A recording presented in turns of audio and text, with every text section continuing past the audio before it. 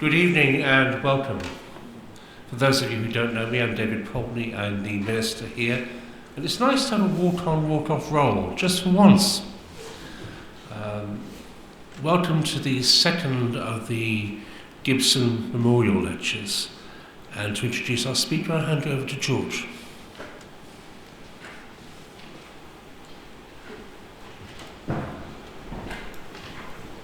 Well, on behalf of the Gibson Talks Committee of 4, I take great pleasure in welcoming Emeritus Professor Reverend Peter Matheson to talk on spirituality and ageing. I'm sort of hoping this will be a wide-ranging talk and not necessarily pitched at a person who's aged 81 and above, but who knows? Who knows? Peter was born in Scotland 85 years ago. So he may not be very spiritual, but he's certainly old. He came to New Zealand in 1961, studied history at Otago University, theology in Edinburgh, and a city Judy and I know about because we have friends there, Tübingen in Deutschland. His partner, Heinke, is German. His children, Katriana and Donald, live in Berlin and Little River on the Banks Peninsula. He is a usually disguised Presbyterian minister. Taught religious history in Edinburgh and Otago universities and was principal of the Theological Hall of the Uniting Church in Melbourne. He loved teaching. He's a notorious troublemaker in peace and justice matters, a man after my own heart. His books include The Imaginative World of the Reformation, the collected works of Thomas Münster, Argula von Grumbach, A Woman Before Her Time, Love and Terror in the Third Reich, and most recently, Poles Down South, the early Polish settlers in Otago. There are a couple of volumes of Love and Terror in the Third Reich for your edification and wallet. We look forward to a notable talk, Peter. Thank you.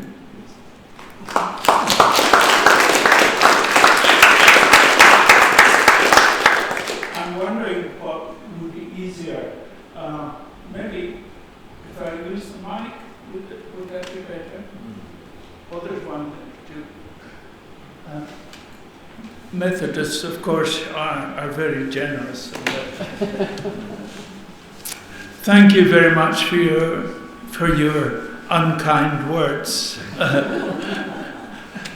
George. It's quite something, isn't it, to be holding here the memory of Colin and all he meant for so many of us in so many areas.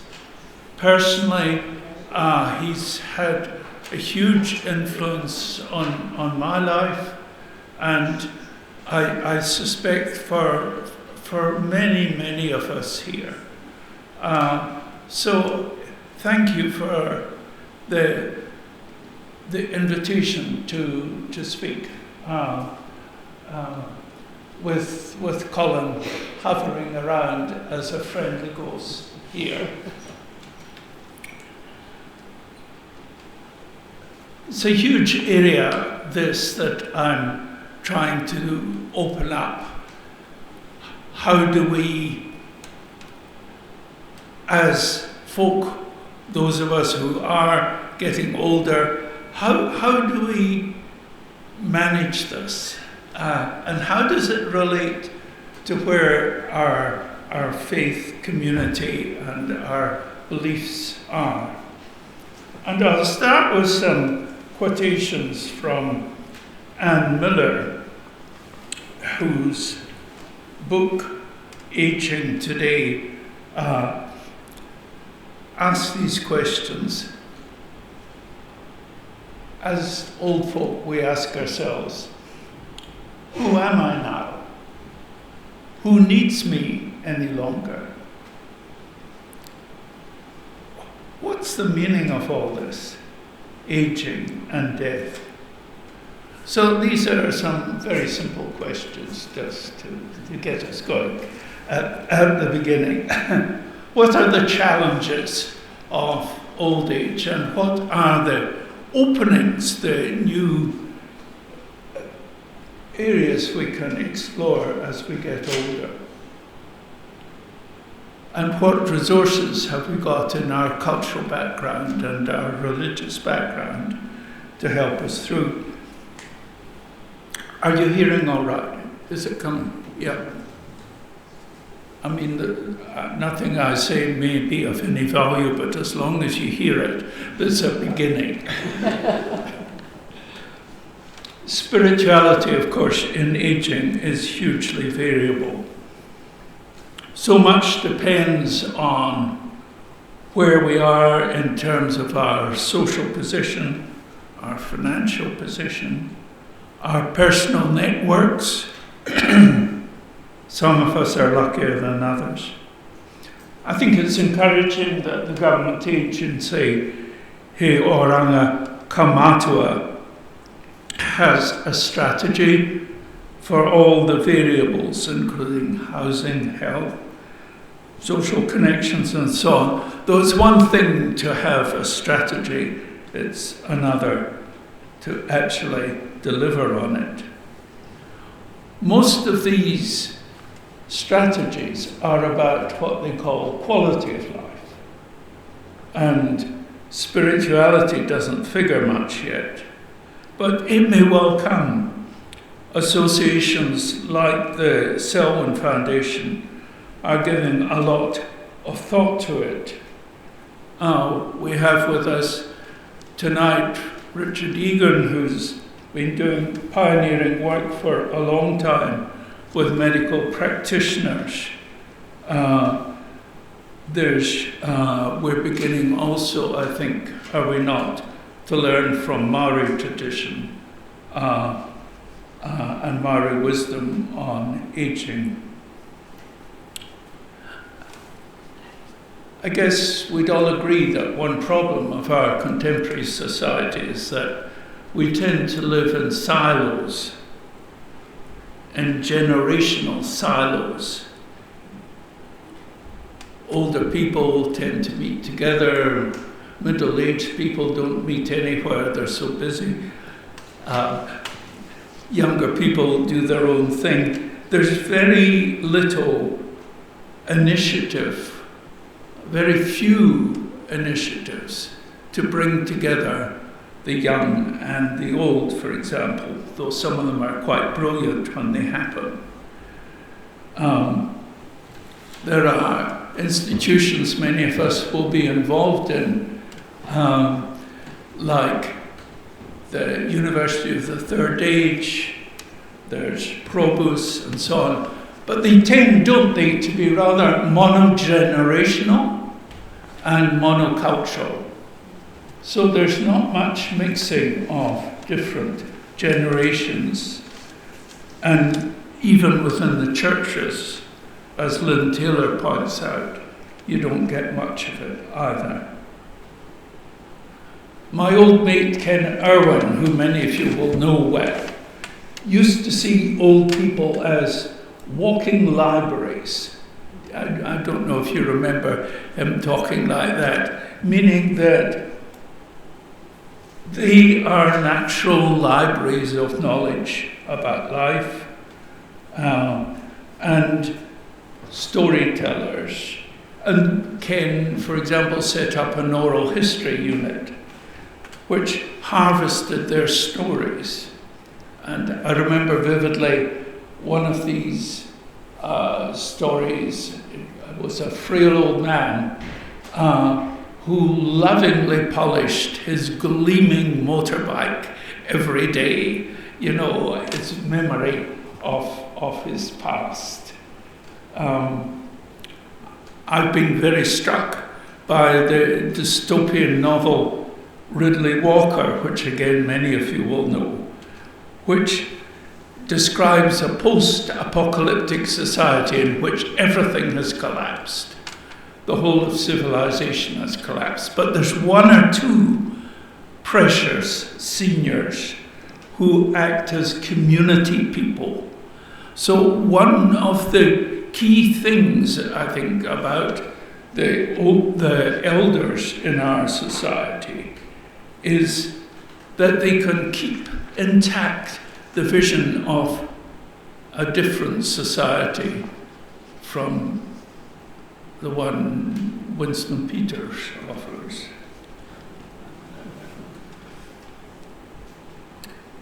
It's the old folk, the prophet Joel says, who dream dreams.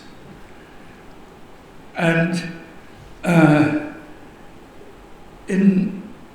this is a curiously counterintuitive thing, isn't it? That it's in a society so focused as ours is on the urgencies of the present, it's often the matriarchs and the patriarchs, the older folk, who find a way of thinking beyond the instant, beyond the urgencies of the moment. So maybe in order to think of the future, we need to get old. So you've done so well so far. Aging, then, my thesis, can be a time of enrichment. Hope, humour, and vision are not the prerogative of the young.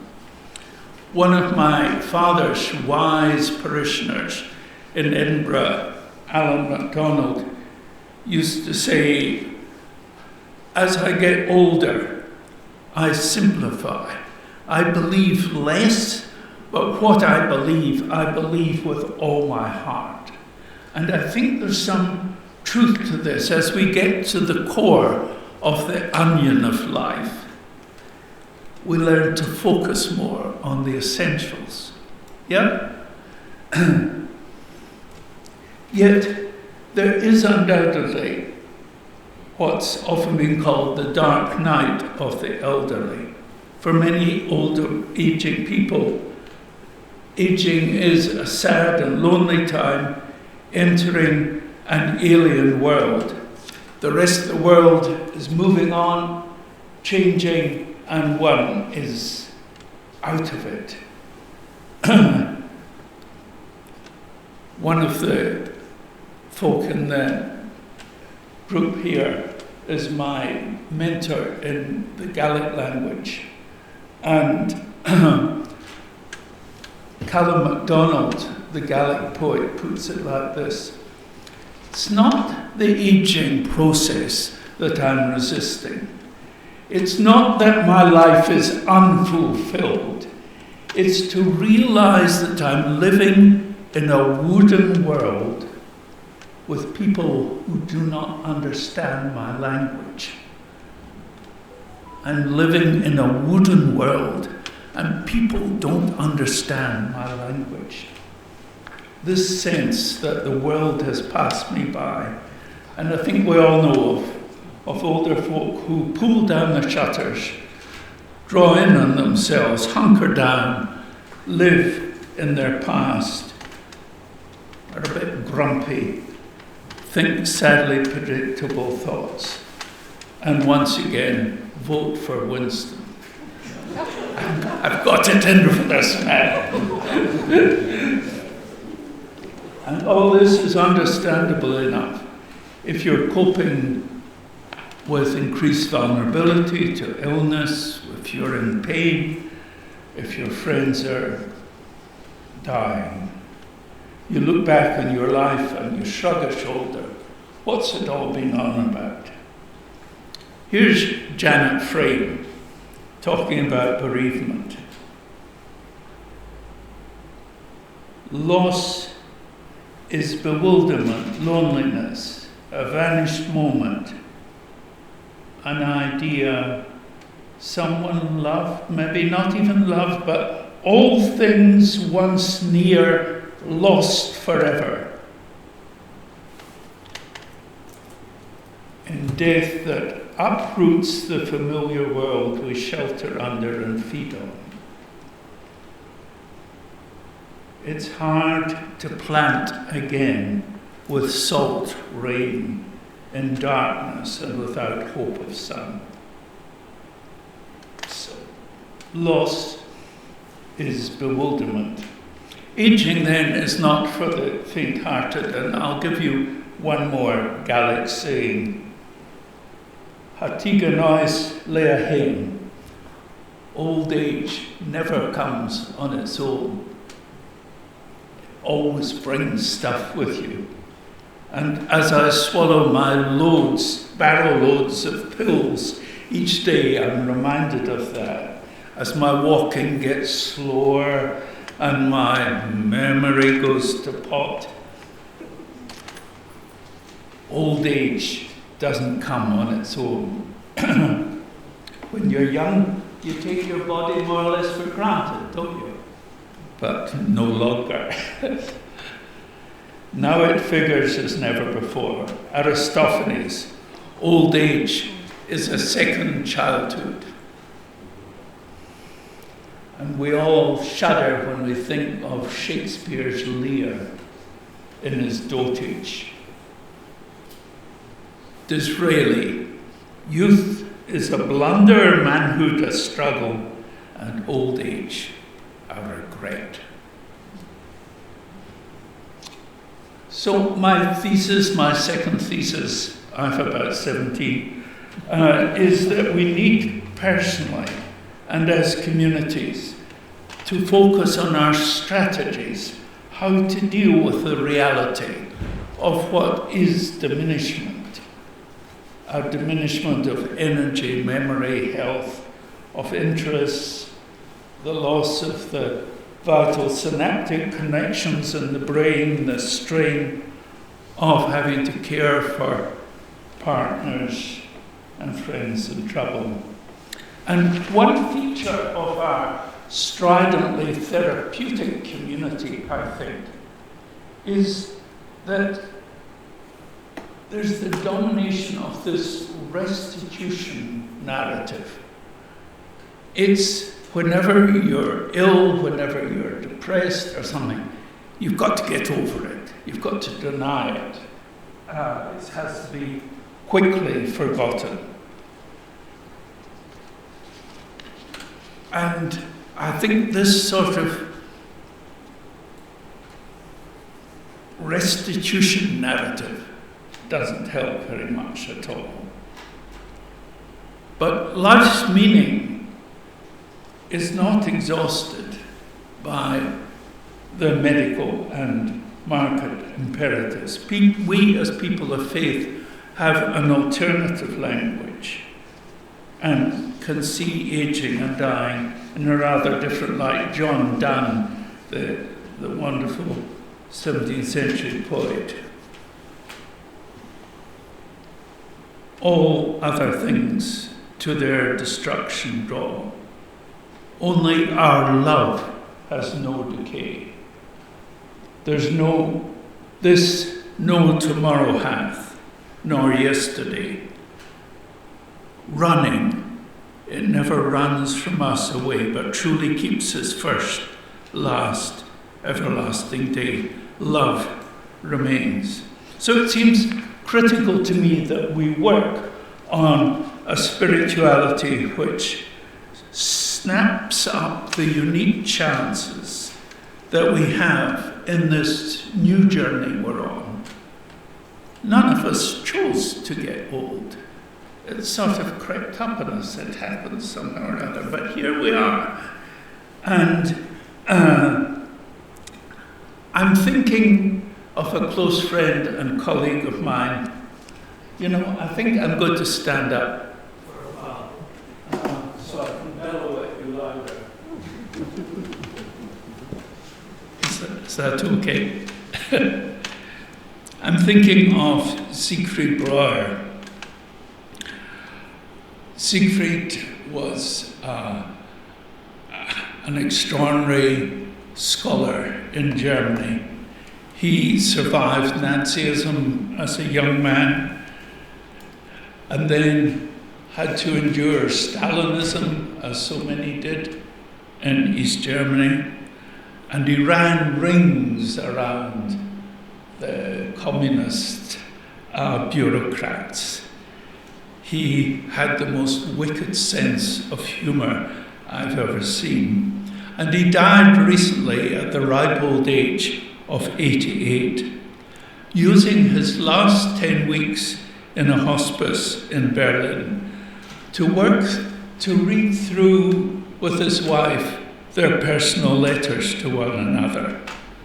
And he said to a journalist just before his death,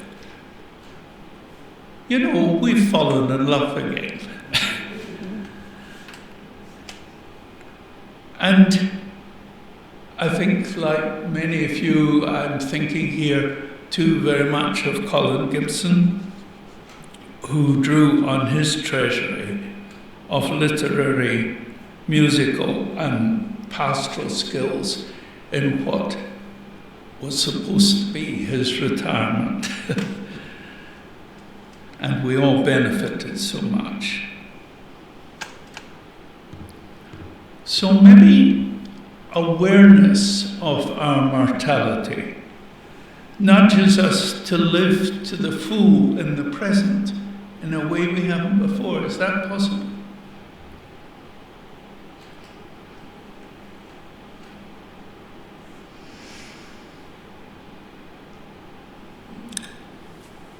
Henri Nouwen, who is famous for his work with the disabled, has written about the key role of seniors for a healthy society. I quote, "Although we all live as if we'll last forever, we are children of finitude, and the meaning of life escapes the power of calculation and prediction." Now, that all sounds a bit abstract, but isn't it interesting that the fascist ideologies and the neoliberal theologies all push old folk into the direction of being useless burdens on society? And I think we have to resist this. In retirement, we have time for reflection. We have this glorious freedom from the tyranny of the diary. And a heightened awareness, perhaps, of the intangible pleasures of life. We've space to develop our own mini projects. I know folk in my own community in Grandin Court who work in the men's hut, who work in the community gardens. We all have the chance to exploit the extraordinary parks and beaches of Dunedin. I go twice a week, though it may not look like it, to a gym in the hospital. And it's a gym for folk with heart and circulation problems like myself. And what I'm struck by there is the resilience of people. "I'm here for a laugh," one of them said. So we exercise to music. Me, Peter Matheson, who would never dream of going to a gym in a million years before, listening to golden oldies from the 60s to the 80s. And folk hum along, sing along, their past energizing their present. So their tired old bodies getting a lift. In our retirement times, we have time to reread those classic books that we've got on our shelves. Hopefully our Pacific and Maori, as well as European ones, the Baxters, the Tufaris. I know of a group of folk who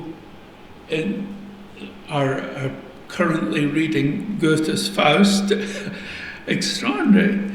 And I suspect that as we get older, there's a heightened appreciation of the metaphorical, of the elusive, and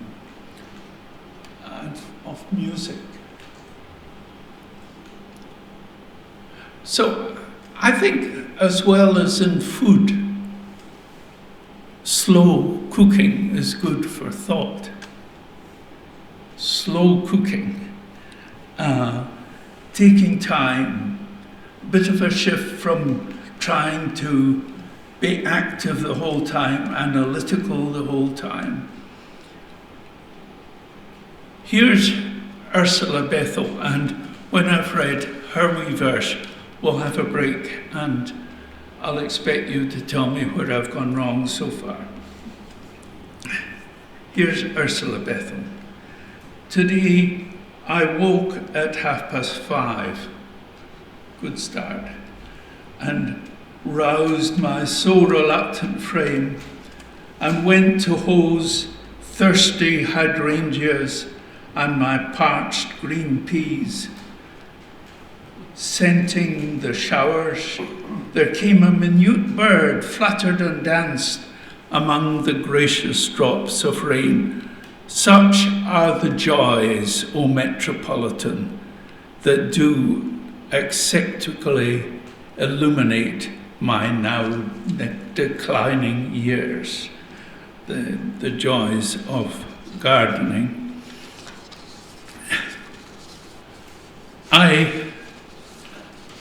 I'd like to pause now and perhaps we could do the usual thing, talk to our neighbour for a moment about where Matheson has gone wrong. Here are some other questions you might like to revolve in your mind. What do you make of seniors going off round the world on cruise ships, or setting off on a grand tour, ticking off their bucket list? Is this a definition of an unhealthy spirituality? Being provocative. Why is it that so-called primitive cultures have so much more appreciation of older people, giving them a higher status in ceremony and life? And how can we, in our modernizing cultures, recover this elemental awareness of the key role in society of older people? And one more question, in case your minds still haven't enough questions jumping around. Increasingly, funerals seem to be held in private or not at all. What does this say about our attitude to old age, to death and dying? What does it say? So I'm going to go on strike and sit down, and George, can you reconvene and force people to speak? So please just talk to one another for a moment.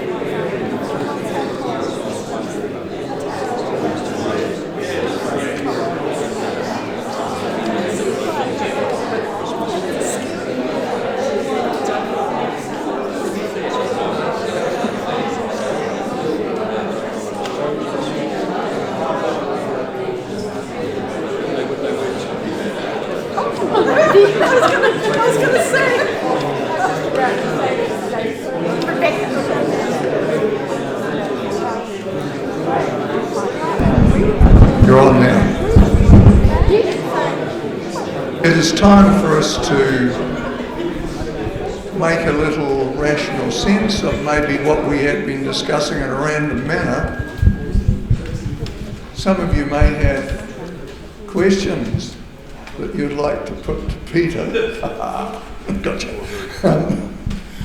About what you've been discussing, or put some ideas forward. I'd like to run there with the microphone, but it has a cord on the end of it that doesn't allow me to do that. And it's out at its furthest extension. Yes. I'm here because I decided I had to come. I made it myself. I've been sick for 15 months.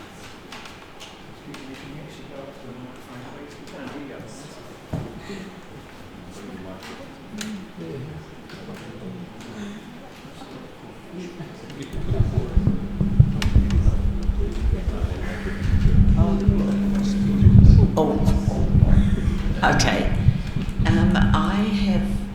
I was very good at the beginning, and I had 5 COVID jabs. My sister announced that she was an anti-vaxxer, and I didn't speak to her for a year. She's in Christchurch, fortunately for her. But I've got over it now. We're back to the talking stuff. But my memory is about as long as that. And for a long time, I haven't been to the things that I used to go to. I was always involved in things, meetings with people, and some people thought I was dead, I'm sure. Yeah, because they hadn't seen me for a while. So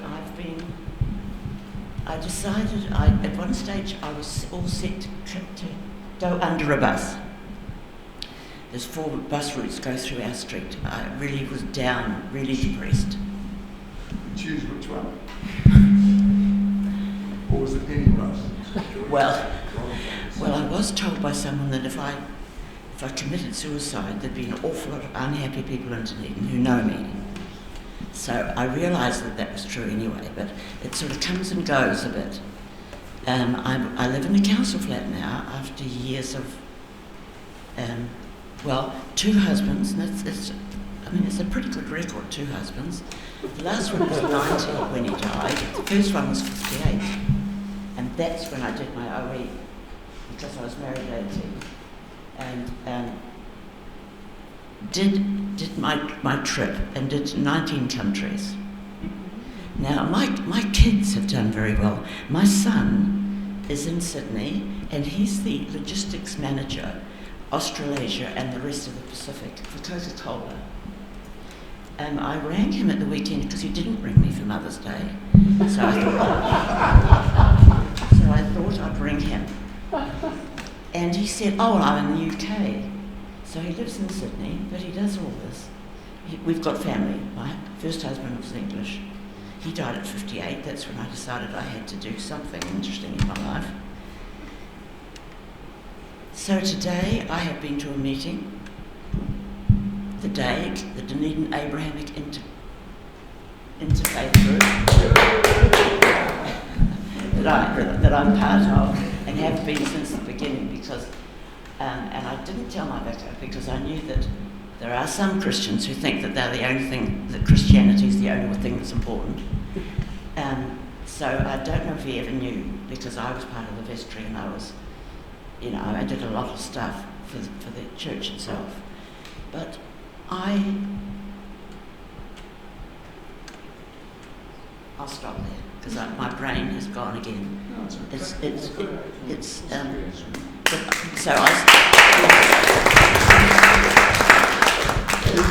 You touched on a couple of things, one of which, of course, is the separation of older folks from their immediate family. Sometimes the immediate family doesn't respond or even know it's Mother's Day in New Zealand, or for whatever reason they have other things on their mind.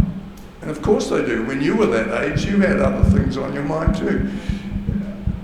You may have been helped by being near your older parents, or not. You may have thought that was a bad idea, and you want them as far away as possible. There's conflicting feelings about parents and sons and daughters.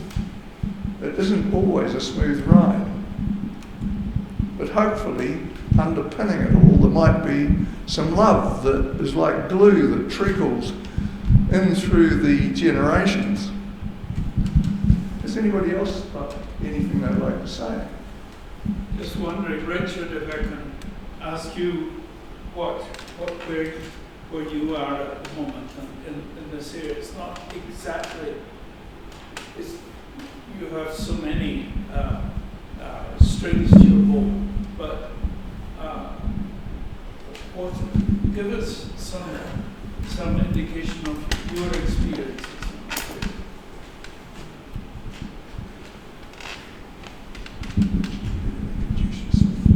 Okay, thank you. Kia ora koutou. Thank you. Peter taught me 30 or 40 years ago, like many people here probably, when I was in the seminary in Mosgiel. And I'd like to acknowledge him and Guy Harcher, that they really inspired me about church history. So what Peter's referring to is we've got a big project that Graham Redding was involved in as well, looking at spirituality in healthcare, which including ageing, and we got quite a lot of money, over $1 million, for the first time ever in the history of this particular fund, the Health Research Council, to look at spirituality and what's happening in health and how it's been addressed. And Chapman's doing an amazing job, but they get $5 million from the government and a budget of $28 billion. So the actual value that's put onto spiritual care is minuscule, and it's people like Peter and Graham and co that are sort of doing the advocacy around that. So that's what we're trying to do. And yeah, we've been thinking a lot about spirituality and ageing, and I've written a few things about it as well, including with Chris Perkins. Some of you might know Chris. She's a gerontologist psychiatrist, and has looked at and her and I looked at spirituality and dementia, of which is you might think spirituality and dementia, what's going on there, but actually the idea of presence is really, really important for people with advanced dementia, and that's something we've been trying to talk to medical students and doctors about as well. But watch the space on this project. I'd love to come and talk to you about it one day. Kia ora. Kia ora. Have anybody else who would like to mention something? Well, in that case, sure. Are you sure, says Peter?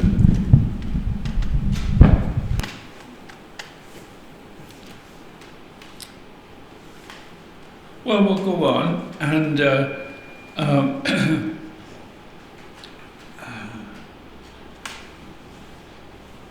it's so encouraging for me to see so many of you here thinking with us about this area. And one of the key aspects seems to me about healthy aging is that it's a chance to try and put together one's life. And we do this in different ways, don't we?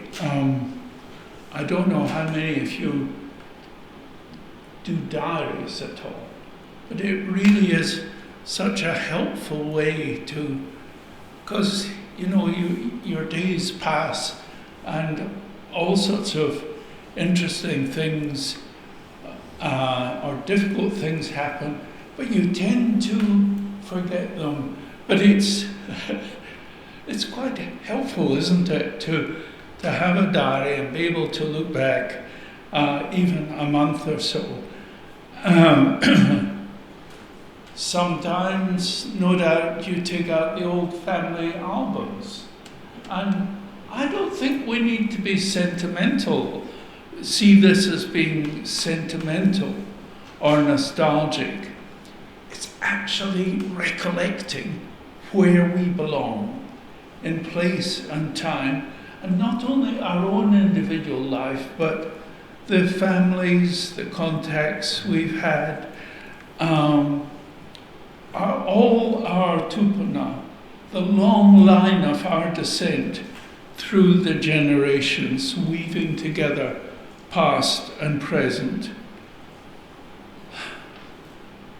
And I can remember my incredible arrogance as a young guy. I just couldn't be interested in family and so on. And I don't know if this is a general experience or not, but it's as we get older, I think, that we become conscious of the long, long stretch of time and what we owe to that long stretch of time.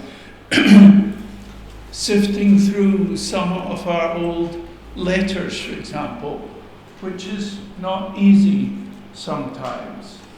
When my wife looked through the letters of her parents in the Third Reich,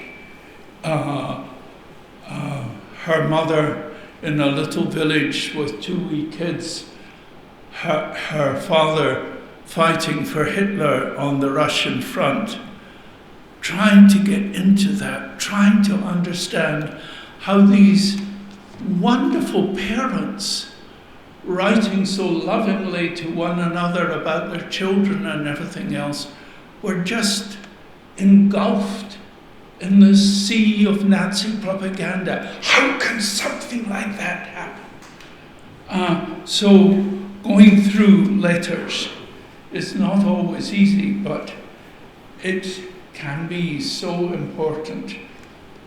My friends Warren and Marita have created a wonderful sort of book.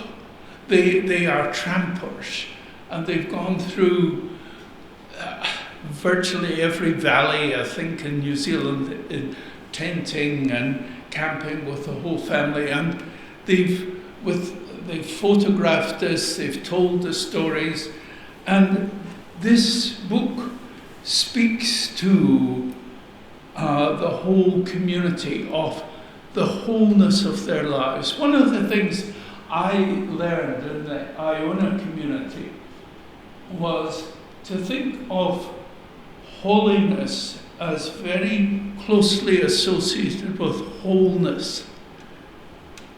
Holiness is not some spooky other, it's the wholeness and wonder of life. So putting one's life together, I think, is something very important. And then there's the little matter of friendship. For the church father Augustine in the 4th century, nothing was more important than friendship. And I've thought a lot about that. The importance, too, of intergenerational friendship. So that when one's own little inch of time is over, others are there to pick up what we've left incomplete. And when we are mourning the loss of dear friends, we sense, don't we, that our task is partly to carry on the things that they were working at and couldn't complete.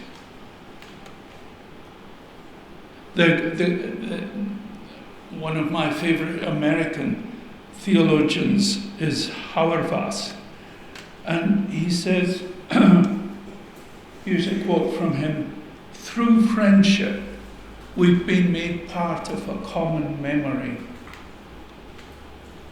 The Christian presumption is that we're bound together in a story that gives us something worth dying for.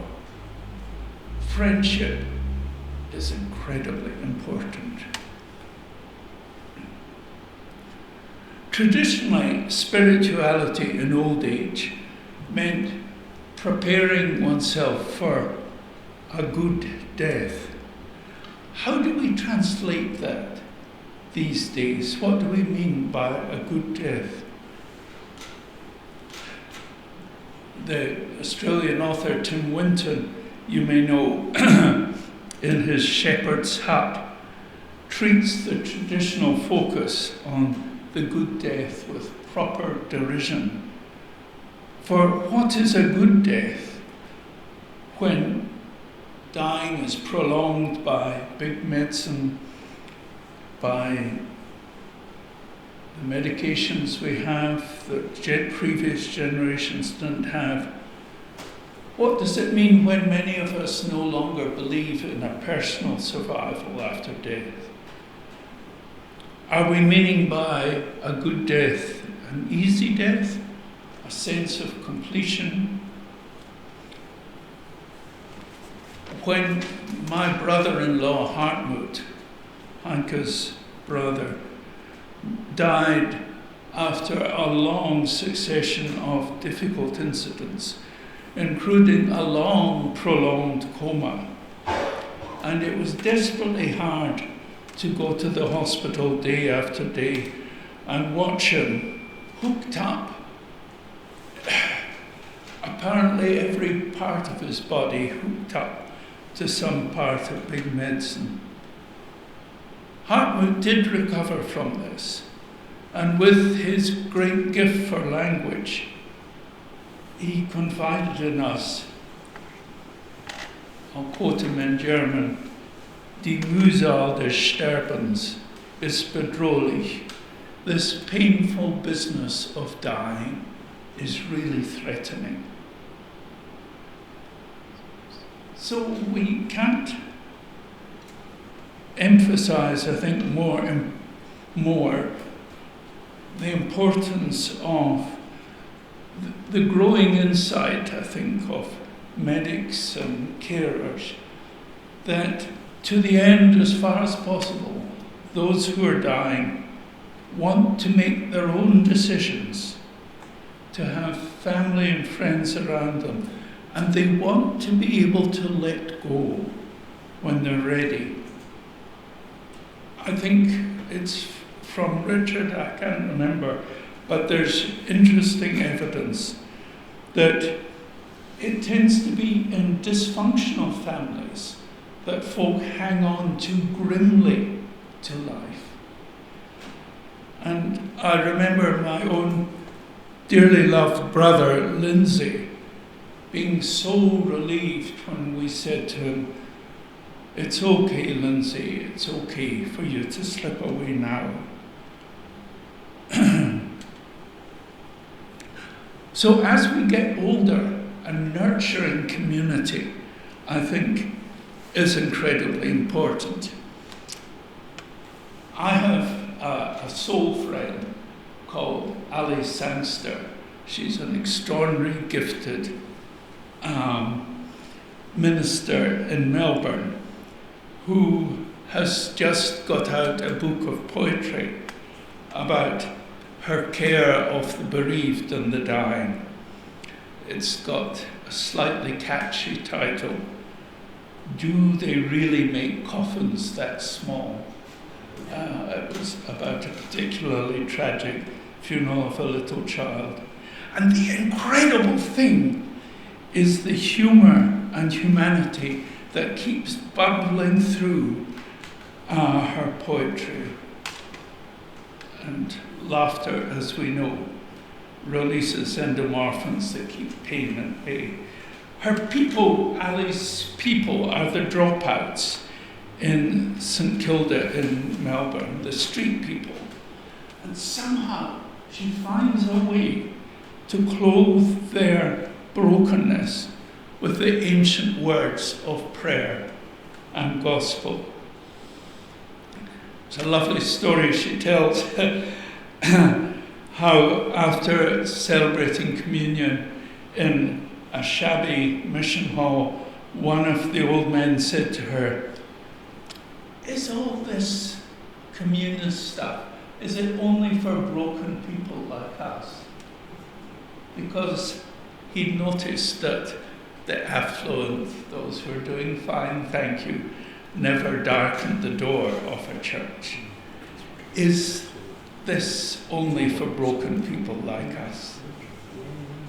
And if I can quote, without embarrassing her, another friend of mine who's also here, a psychoanalyst, who said to me recently that she keeps finding people who have really profound experiences, but until she gently points it out, have no awareness that they're spiritual experiences.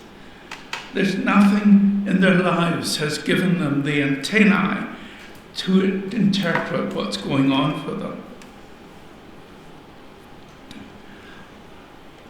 Arthur Frank's book, The Wounded Storyteller, suggests that when we start reflecting on our story, we re-enchant a disenchanted world. Like Ali Sandster's Old Man, we maybe get a glimpse of this in the Eucharist and the Mass and Communion, remembering the life, death and resurrection of the man of Nazareth, reliving in some profound way what his life, how it interacts with us as we take the bread and wine, take his red blood into our body.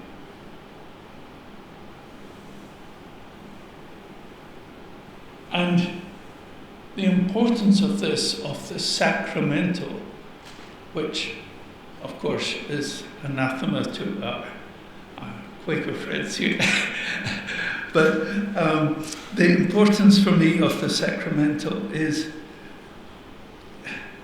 the closeness of the material. There is no dead matter. Everything is alive.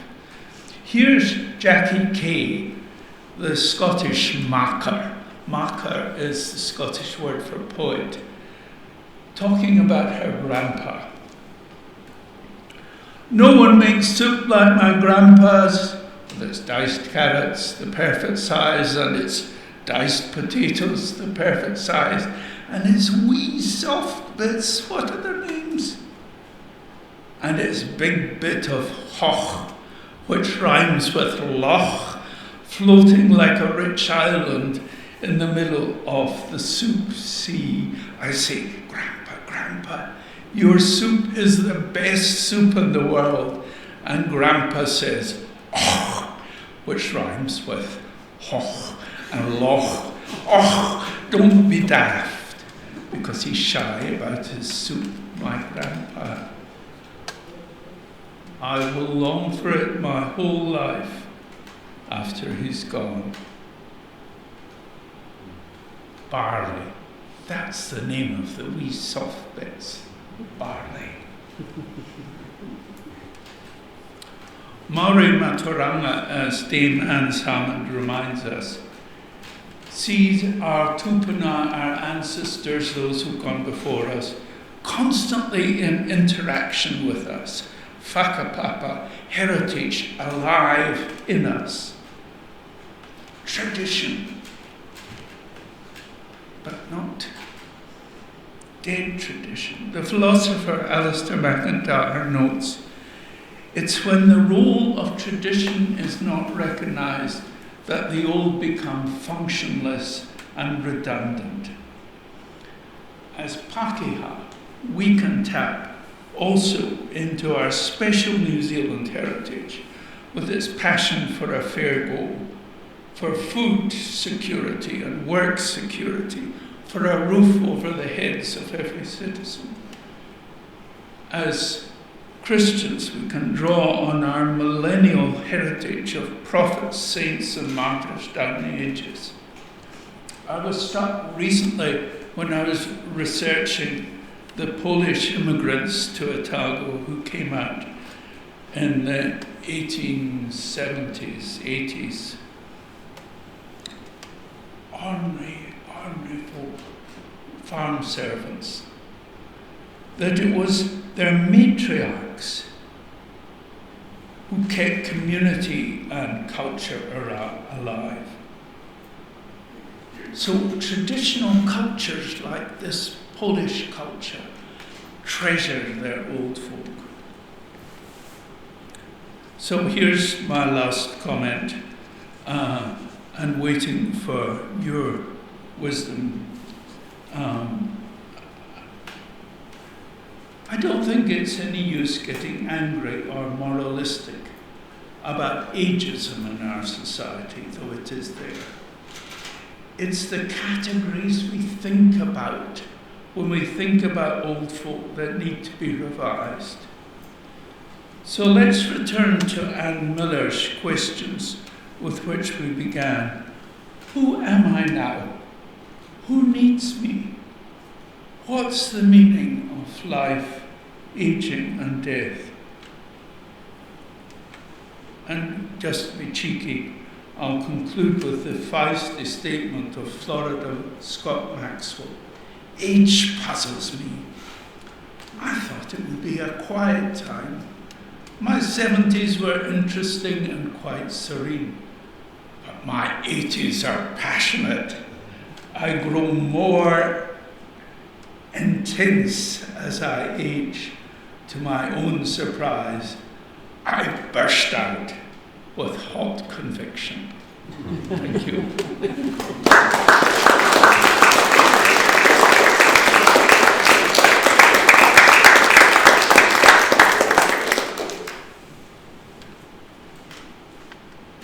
Well, Peter, what can one say after that? Well, a lot, I hope. That's why I'm here. But you certainly have given us an awful lot to think about. I'm glad I'm in my 80s. My 70s were a bit fearsome, but I got over it. They're now behind me. 80's not a bad time. We share it, I think. Anyway, on behalf of the other community, we have a little something for you. There's a card in there which you might like to read, and a little gift. We have been entranced. We have been elucidated. We're it has been thrilling. Thank you.